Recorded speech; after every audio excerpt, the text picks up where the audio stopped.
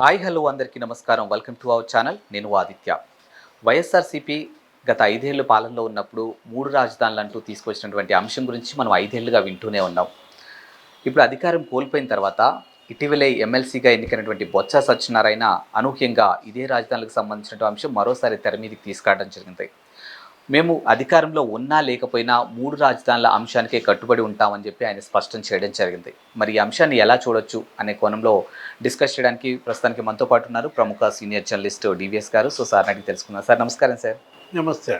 వైఎస్ఆర్సీపీ అధికారంలో ఉన్నప్పుడు గతంలో చంద్రబాబు నాయుడు గారు అధికారంలో ఉన్నప్పుడు ఆంధ్రాకి అమరావతి రాజధాని అంటూ స్పష్టం చేయడం జరిగింది. దానికి సంబంధించిన ఏర్పాట్లు కూడా చేశారు. అనూహ్యంగా వాళ్ళు అధికారం కోల్పోయిన తర్వాత వైఎస్ఆర్సీపీ అధికారంలోకి వచ్చిన తర్వాత 3 రాజధానులంటూ ఒక అంశం తెర మీదకి రావడం జరిగింది. గత 5 ఏళ్లలో అదే కంటిన్యూ అవుతూ వచ్చింది. ఫైనల్గా అధికారం కోల్పోయిన తర్వాత కూడా ఇటీవల ఎమ్మెల్సీగా ఎన్నికైనటువంటి బొత్స సత్యనారాయణ అనూహ్యంగా అదే అంశాన్ని మరోసారి తెర మీదకి తీసుకురావడం జరిగింది. మేము అధికారంలో ఉన్నప్పుడు ఏ అంశానికైతే కట్టుబడి ఉన్నామో ఇప్పుడు కూడా అదే అంశానికి కట్టుబడి ఉంటాం. మా దృష్టిలో 3 రాజధానులు అంటూ ఆయన స్పష్టం చేయడం జరిగింది. మరి దీన్ని మనం అసలు ఏ కోణంలో చూడొచ్చు? అధికారంలో లేని వాళ్ళు ఈరోజు ఆ మాట ఎలా మాట్లాడగలుగుతున్నారు? అంటే కర్రు కాల్చి వాత పెట్టినా బుద్ధి రాలేదా? ఎందుకంటే ఇవాళ ప్రజా తీర్పు మనం చూసాం. 3 రాజధానులతో బొత్స, జగన్మోహన్ రెడ్డి, వైఎస్ఆర్ కాంగ్రెస్ ఎన్నికలకు వెళ్ళింది. 3 రాజధానులతో వెళితే ఏం చేశారు? 151 సీట్ల నుంచి 11 సీట్లకు వాళ్ళని పతనం చేశారు. రాష్ట్ర ప్రజలు ఇచ్చినటువంటి తీర్పు అమరావతి ఏకైక రాజధాని, 1 స్టేట్ 1 క్యాపిటల్ అని ఇచ్చారు. అందుకే అతనికి 11 సీట్లు.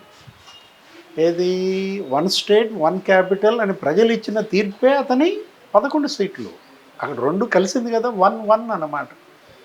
అయినా కూడా ఇవాళ మరి ఆయన 1 అంటలే. ఎవరు? బొత్స సత్యనారాయణ 3 అనే అంటున్నాడు అనమాట. అంటే బహుశా మరి సింగిల్ డిజిట్కి పడేదాకా ఆయన 3 వదలడు అనమాట. త్రిబుల్ డిజిట్ దేవుడెరుగు. ఇప్పుడు 11 స్థానాలు కూడా సింగిల్ డిజిట్కి పడిపోయేదాకా బొత్స వదిలిపెట్టరా? 3 రాజధానులే ఇప్పటికీ మా నినాదం అన్నారంటే అంటే ముంచినా తేల్చినా 3ఏనా? ఇప్పుడు వీళ్ళు పట్టిన కుందేలుకి 3 కాళ్ళ? తను పట్టిన కుందేలుకి 3 కాళ్ళు అన్న ఆ ధోరణి, ఆ పెడ ధోరణే జగన్మోహన్ రెడ్డి, బొత్స సత్యనారాయణ, వైఎస్ఆర్ కాంగ్రెస్ ఇవాళ 3 కాళ్ళు కాదు, కుందేలుకు ఒక్కాలే అని తేల్చారు. 2 కాళ్ళు చాలు మీకు 11 ఇచ్చారన్నమాట. ప్రజలు ఇచ్చిన తీర్పు 3 నెలలు కాలేదు కదా, మళ్ళా నేను 3 రాజధానులు అనటాన్ని ఎలా చూడాలి? ఈరోజు బొత్స సత్యనారాయణ ప్రమాణ స్వీకారం ఎమ్మెల్సీకి వెళ్ళారు. వెళ్ళిన తర్వాత ఏం చేశారు?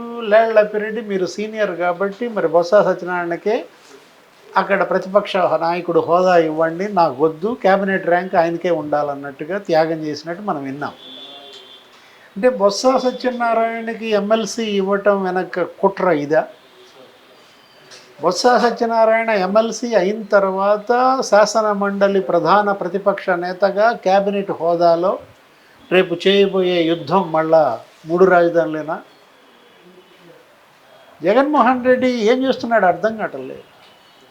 అంటే ఇప్పుడు అమరావతికి కేంద్రం 15,000 కోట్లు ఇచ్చింది తొలి బడ్జెట్లోనే. ఇప్పుడు అమరావతి వాళ్ళ కేంద్రం గుర్తించింది రాజధానిగా, అందుకే ఇచ్చింది 15,000 కోట్లు. ప్రపంచ బ్యాంకు నిధులు ఇవ్వబోతోంది. నెక్స్ట్ ఆసియన్ డెవలప్మెంట్ బ్యాంక్ కూడా ఏడీబీ నిన్నొచ్చి సీఎం చంద్రబాబుని కలిశారు. తొలి దశ అమరావతి అభివృద్ధి పనులకు 15,000 కోట్లు కావాలి. దానికి తగ్గట్టుగా రుణ సమీకరణ చేస్తున్నారు. కేంద్రం నిధులు మళ్ళీ ఇవ్వండి మీరు ఇచ్చిన బడ్జెట్లో అని చెప్పి సీఎం కూడా ఢిల్లీ వెళ్ళి అడిగారు. ఇప్పుడు ఈ 3 రాజధానులు తీసుకురావడం ద్వారా రేపు అసెంబ్లీలో చేసే బిల్లుని శాసన మండలిలో అడ్డుకునే కుట్ర. గతంలో మనం చూసాం కరెక్ట్గా 4 ఏళ్ల క్రితం ఇదే గలభ, ఇదే ఫార్స్. అసెంబ్లీలో యుద్ధం, కౌన్సిల్లో యుద్ధం. అప్పుడు 2 బిల్లులు తెచ్చారు. అధికార వికేంద్రీకరణ బిల్లు, సిఆర్డిఏ రిపీల్ బిల్. ఈ 2 బిల్లులు అసెంబ్లీలో పెట్టుకున్నారు. అక్కడ 151 సీట్ల మెజార్టీ కాబట్టి ఆమోదించారు. అప్పుడు లెజిస్లేటివ్ కౌన్సిల్ స్పీకర్గా మనకి షరీఫ్ ఉన్నారు. యనమల రామకృష్ణుడు అప్పుడు ప్రధాన ప్రతిపక్ష నాయకుడిగా కౌన్సిల్లో ఈ బిల్లులు అడ్డుకున్నారు. రూల్ 71 తీసుకొచ్చి స్పష్టంగా ఇక్కడ బిల్లు చేయడానికి అడ్డుకున్న పరిస్థితిలో కౌన్సిల్ దాన్ని తిరస్కరించింది. తిరస్కరిస్తే అప్పుడు మొత్తం అమరావతి ప్రజలంతా కూడా వీళ్ళందరికీ సన్మానాలు చేసిన పరిస్థితి. తర్వాత మళ్ళీ అసెంబ్లీ మళ్ళీ ఇంకోసారి వీటిని పంపించింది, మళ్ళీ ఆమోదం పొందారు. కానీ మొన్న దీనిపైనే ప్రజల్లోకి వెళ్ళారు కదా. జగన్మోహన్ రెడ్డి ఎన్నికల ప్రచారంలో ఏమని చెప్పాడు, నెక్స్ట్ సీఎంగా ప్రమాణ స్వీకారం నేను విశాఖలోనే చేస్తానన్నాడు. కానీ విశాఖలో గెలిచారు. ఉత్తరాంధ్రలో ఇవాళ అసలు పడిపోయింది వైఎస్ఆర్ కాంగ్రెస్ పార్టీ. 34 సీట్లలో కేవలం 2 సీట్లే గెలిపించారు. విశాఖ రాజధానిగా విశాఖ ప్రజలే తిరస్కరించారు, ఉత్తరాంధ్ర ప్రజలే తిరస్కరించారు. కర్నూలులో న్యాయ రాజధాని అన్నారు, కర్నూలులో ఏమైనా పెట్టారా, అభివృద్ధి చేశారా? ఏమీ చేయకపోవడంతో ఇవాళ రాయలసీమలో కూడా గండి పడింది. జగన్మోహన్ రెడ్డికి వచ్చిన 11 సీట్లలో 7 సీట్లు. గతంలో అదే జగన్మోహన్ రెడ్డి రాయలసీమలో మరి 54 సీట్లలో 51 కొట్టాడు. ఎక్కడ 51 సీట్లు, ఎక్కడ 7 సీట్లు? 3 రాజధానుల పల్లవి అందుకోవటం వల్ల జగన్మోహన్ రెడ్డి రాయలసీమలో సీట్లు 54 నుంచి నీకు 51 నుంచి ఎంతకు పడిపోయాయి, 7కు పడిపోయాయి. 3 రాజధానుల పల్లవి అందుకోవటం వల్ల జగన్మోహన్ రెడ్డి ఉత్తరాంధ్రలో 32 సీట్ల నుంచి ఏమైపోయింది, 2 సీట్లకు పడిపోయాడు. ఇంకా అతనిలో మార్పు రాకపోతే బొత్స సత్యనారాయణ ఈ పార్టీని తేల్చుదామనుకుంటున్నాడా, ముంచుదామనుకుంటున్నాడా అర్థం కాల. ఎట్లయినా సరే శాసన మండలిలో వీళ్ళకి బలం ఉంది.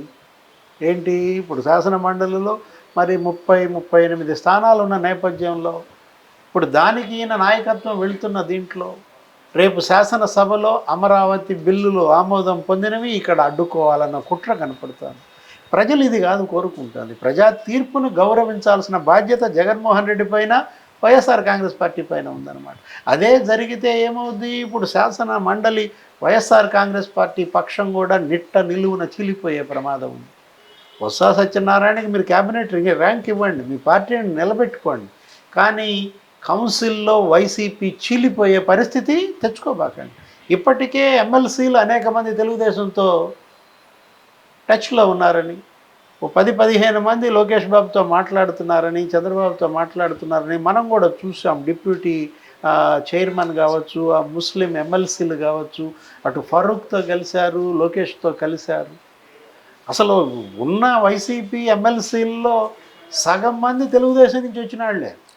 ఏది ఆ చంద్రగిరి యేసురత్నం కావచ్చు, పోతుల సునీత కావచ్చు, అతను రామసుబ్బారెడ్డి కావచ్చు, మొత్తం జయమంగళం వెంకటరమణ, ఉమ్మారెడ్డి వెంకటేశ్వర్లు, వీళ్ళందరూ ఆరిజిన్ తెలుగుదేశం. లేనిపోయింది కనుక తీసుకుంటే ప్రజలు కోరుకున్నది చెయ్యకపోతే మళ్ళా 3 రాజధానులు అనే ఆ పాత అరిగిపోయిన గ్రామ్ఫోన్ రికార్డు అది కనుక ఆపకపోతే వైఎస్ఆర్ కాంగ్రెస్ పార్టీ నిట్ట నిలువున చీలిపోయే అవకాశం ఉందన్నమాట. అది మరో ఒక బ్లండర్ మిస్టేక్ అవుతాను. ఇప్పుడు 3 రాజధానులతో మేము ఎన్నికలకు వెళ్ళాం, మీరు తిరస్కరించారు. మమ్మల్ని వాళ్ళ 151 స్థానాల నుంచి 11కు పర్మిట్ చేశారు. కాబట్టి మేము మా స్టాండ్ మార్చుకుంటున్నాం. మేము కూడా అమరావతిని స్వాగతిస్తాం. 1 స్టేట్ 1 క్యాపిటల్ మా విధానం అని వైఎస్ఆర్ కాంగ్రెస్ పార్టీ ఒక తీర్మానం చేయాలి. అప్పుడు ప్రజలు దాన్ని ఆమోదిస్తారు, వైసీపీకి అండగా ఉంటారు. అంతే తప్ప జగన్మోహన్ రెడ్డిలో ఈ వితండవాదం, ఈ మూర్ఖత్వం కనుక వదలకపోతే ప్రజలే వదిలిస్తారు. Thank you sir.